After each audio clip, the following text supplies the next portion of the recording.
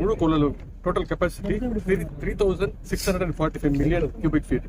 அதுல வந்து இப்ப 3535 மில்லியன் கியூபிக் ஃபீட் தான் நிரம்பி இருக்கின்றது. செம்பரம்பாக்கம் நீரை வினாடிக்கு 32,000 கியூபிக் ஃபீட் தண்ணீர் வெளியேற்றலாம். அந்த இடத்துல இருந்து தற்பொழுது 4632 கியூபிக் ஃபீட் தண்ணீர் மட்டும்தான் வெளியேற்றப்பட்டு வருகிறது. அதே போல புழல் ஏரியின் முழு கொள்ளளவுல 90% வந்து இன்னைக்கு ஃபுல்லா இருக்கு.